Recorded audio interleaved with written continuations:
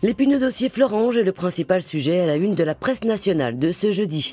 Le Monde évalue les dégâts politiques du dossier Mittal, estimant que le gouvernement sort divisé de cet épisode, alors que les syndicats et les députés PS critiquent l'accord. L'affaire Mittal provoque une crise à gauche, renchérit le Figaro. De ce dossier compliqué, ils espéraient sortir par le haut. Pour l'instant, ils ont surtout pris des coups. Jean-Marc Ayrault aurait pu conforter son autorité, elle est affaiblie. Arnaud Montebourg aurait pu démontrer son efficacité, elle est questionnée. La majorité aurait pu afficher son unité, elle est fragilisée. La parole est à la défiance, estime le gratuit 20 minutes, en référence aux syndicats qui sont sortis de Matignon mercredi avec le sentiment d'avoir été trahis. Les syndicats qui ont demandé de nouvelles négociations avec ArcelorMittal sur des investissements stratégiques.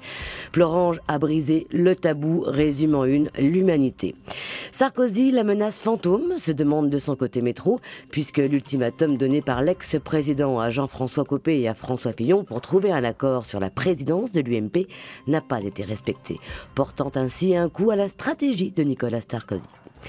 Yes, oui, cannabis, s'amuse Libération. Alors que 2 États américains s'apprêtent à légaliser la consommation d'herbe, le quotidien rappelle qu'en France, le débat est toujours tabou. Tandis que la Croix titre sur ses étudiants de plus en plus nombreux à partir au-delà des frontières parce que l'accès à certains diplômes est plus ouvert. Pour sa part, aujourd'hui en France, juge que l'école ghetto, ça suffit. Selon le journal populaire, l'assouplissement de la carte scolaire qui voulait favoriser le choix de l'école par les familles a eu pour effet de vider, voire de ghettoiser certains collèges et lycées. Côté économique, les Échos assurent que la France ne s'est jamais endettée à si bon compte et précisent que l'Asie et le Moyen-Orient représentent près de la moitié des achats de dettes françaises en 2012. Enfin, l'équipe rend hommage à ce sacré Celtic de Glasgow, qualifié surprise pour les 8e de finale de la Ligue des Champions. 10 millions de supporters sur toute la planète sont aux anges.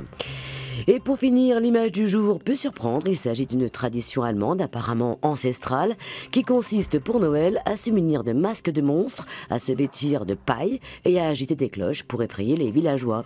On les appelle les Bunten Madden. Bizarre mais certainement drôle. Sur ce, très belle journée et à demain.